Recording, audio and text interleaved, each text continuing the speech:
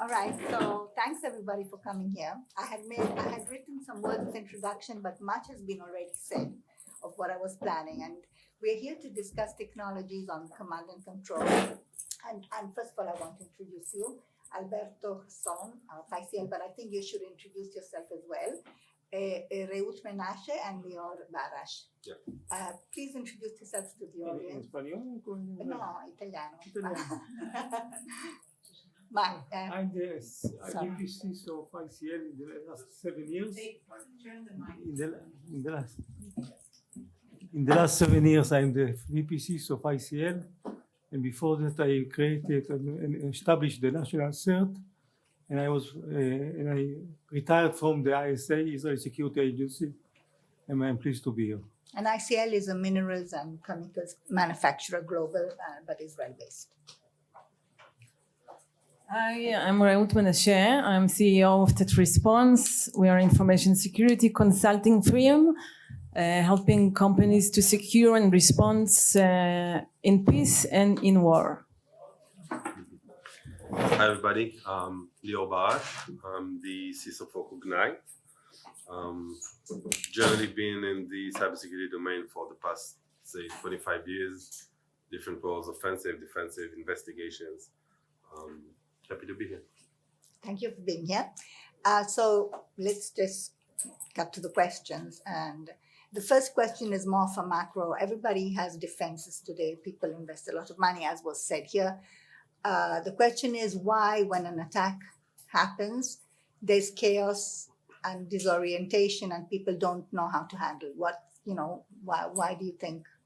I will begin. And can you bring real world examples Yes, that happened to you? Of course. I will begin. The issue is you are surprised because you do not decide when the attack will begin. You also do not decide from where it will begin and why. So you are surprised. Most of the time it will happen in the weekend. Most of the time it will happen in the night time. Why? Because then the IT is calm. Then there are less people of the IT alerted. Think of the SOC, Security Operations Center. Most of them they have between 12 at night to 6 in the morning, only one person. So if he's not awake or a little bit asleep, you are in a mess. The problem begins. Today with the AI, you have 40 minutes. That's what you have. 40 to 50 minutes. If you will not react in these 40 minutes, you are doomed. And then you begin with paying the ransomware, other dilemmas which are you should not be there. You have to make the activity that you will not get to the situation where you have to pay the ransomware and have the negotiation. The most of the activity you have to make is to stop the attack before it happens, and if it happens, why it happens, to manage the situation and to win the situation. So this is the cause of technology being alerted. For example, we have weekend officer of weekend in the weekend in charge. He should not leave more than half an hour from the ability to connect to the computer and to alert everybody. He's a director or VP every weekend. So we have a list. And if something happens in the weekend, we have somebody that is in charge of dealing with the situation to get all the people that should be involved and to manage the situation. If you will not manage, whether with technology, if you don't have the technology, for example, you do not have the 365, you do not have the SAP. If they are encrypted, what do you do? If you don't have a solution that you were thinking before. So the issue of managing cybersecurity event is a professional. It's professional. If you're not professional in that, don't do it. You have to be like in the army. It's called Magad. Magad is somebody that manage 300 people and tell them what to do immediately. Everybody has to know what to do. You should know before what to do, because the instructions were given before. and the practices were done before. If you will do it, practice it, being with technology, being with the ability, you are prepared. If not, you are doomed. Yes, so I agree. It's a completely chaos can be sometimes. I think it's mostly because of it's not a dictatorship, right? There is no one person that can that say everything and control everything. And we are talking about command and control now, so it's very interesting. And this is where we're going to. The main thing in incidents, we have security tools, we have alerts, we have everything, we have dashboards, we see the alerts, but we don't have the context.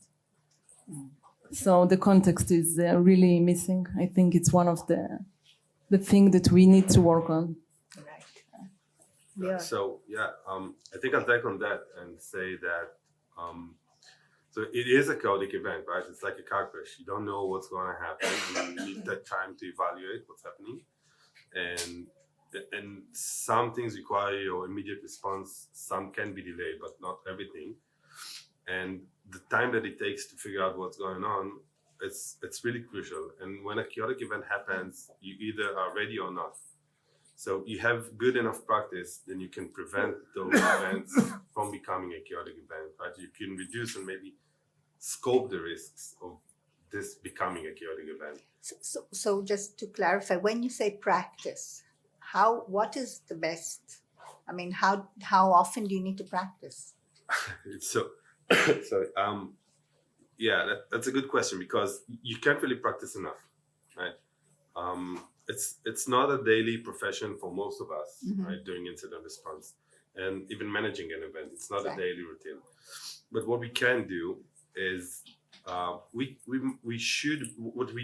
like a common practice in the industry is tabletops, right? So you do management tabletops, hopefully at least yearly.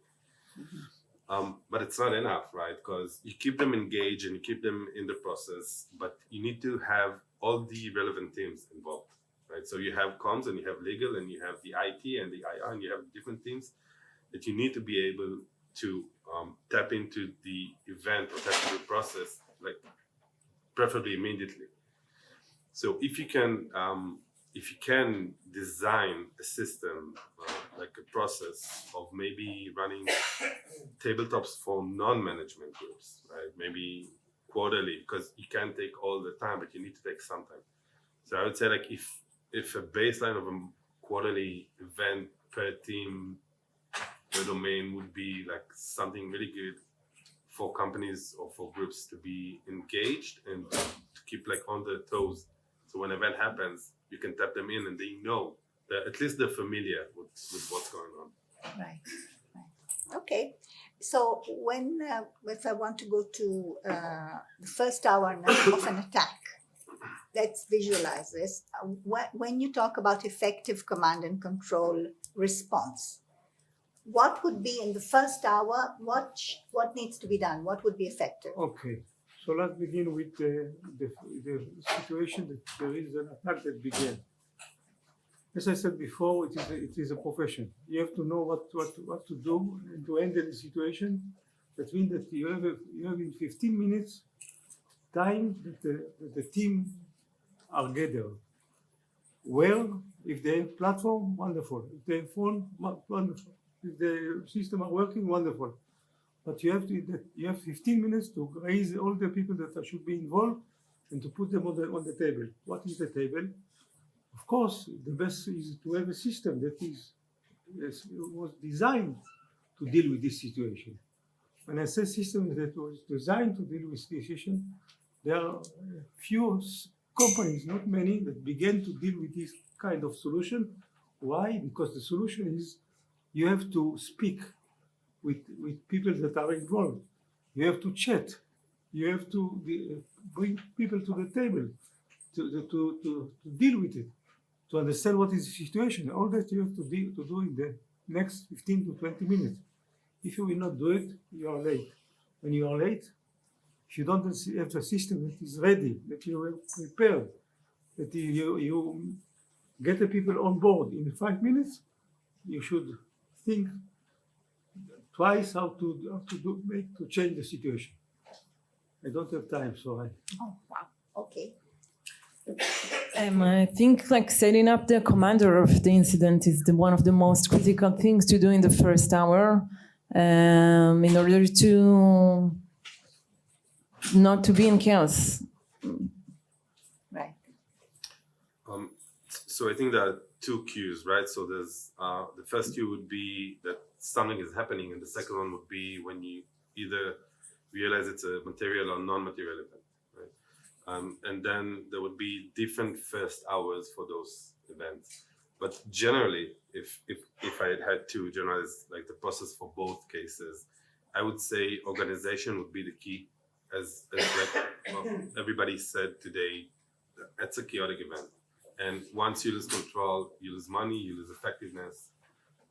So I would say making a process, and preferably, a dynamic and tailored one, but making a process ready for the first hour, that would be like my first priority. Right. Okay, so we don't have much time, Yeah. so let's go to two things. What, in your mind, are the capabilities that are critical when you have incident command and control technology? What is critical to have, and what is nice to have? And the last question, and we'll also do that quickly, AI. How important will AI be, and what are the threats of having AI in this salad, in this mix? So I'll start with AI. I mean, it's yesterday someone compared AI to the word technology. So like 20 years ago, we used to say, so there's a new technology, and today say there's a new AI, right? And that's going to become like a common practice. Everything's going to be AI based, everything literally. And so it would have like the domain that it would capture, the growth would be amazing, and I think it would have a lot of impact, but it would still, for at least I think for the foreseeable future, like 2, 3, maybe even 5 years, we'll see it still as a supportive system and not as a decision-making system, because as you said earlier, it's like there's a lot of context into it. And I think until we'll figure out like how context is managed properly, and specifically in events of cyber events management, I think until that will be covered good enough, we'll still see it as a supportive agent. So the human decision making will still be key. Yeah, so you can aggregate like tons of data really fast, different versions, different contexts, so legal context, technical context. You can put in a lot of data and have like immediate responses. That's great. But eventually someone needs to take a decision and say, this is what you're going to do now. And that's the process I was talking about earlier. Right. Reut? Yes, I agree. About AI, I think now we need to take decisions, still making decisions which are tactical, operational, and strategical. But in the following, let's say maybe 5, 10 years, we won't need to take these decisions anymore, at least not the technological ones. Agents going to battle for us, agents going to do most of the technology and the technical operations. But humans still need to decide about impact, the business impact, but strategic, the legal stuff, and what's going to impact the humans and our environment at the end. Right. And Deto, just 30 seconds. Yeah. 30 seconds. You have to have in the system, the technology system, you have to have all your documentation that you want, that you need. If you have an event, all the lists that you have prepared should be there on the cloud. Secondly, first connection to the cloud. First connection. Thirdly, is to be able to chat and to speak in this platform. These are the three main things that are important to have to be in this platform. Right. And the threat of AI? The threat of AI, as I said, we had 3 hours before, now we have 40 minutes. Right. Wow. We have 40 minutes to react Right. because of AI. Right. Okay. Thank you very much. Thank you. Thank you.